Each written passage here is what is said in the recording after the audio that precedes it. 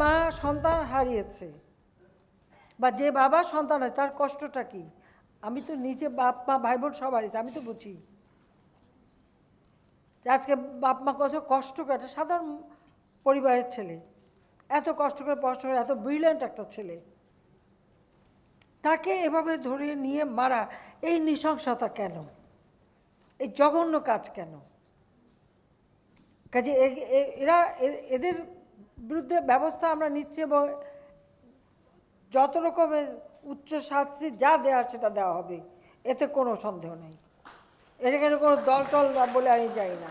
ঠিক আছে, বুয়েটের ছাত্ররা আসছে, বুয়েট সিন্ডিকেট আছে, বুয়েটের কমিটি আছে, তারা যদি মনে করে তারা বন্ধ করে দেবে। এখানে আমরা তো কোনো রকম হস্তক্ষেপ করবো না।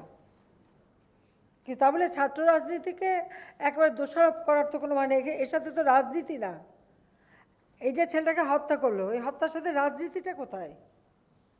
রাজনীতি ছিল জিয়াউর রহমান যখন আমাদের এই যে শওকত, অলি, মহসিনকে, ওদেরকে যখন হত্যা করলো, হ্যাঁ ওটা রাজনৈতিকভাবেই তারা হত্যা করেছে।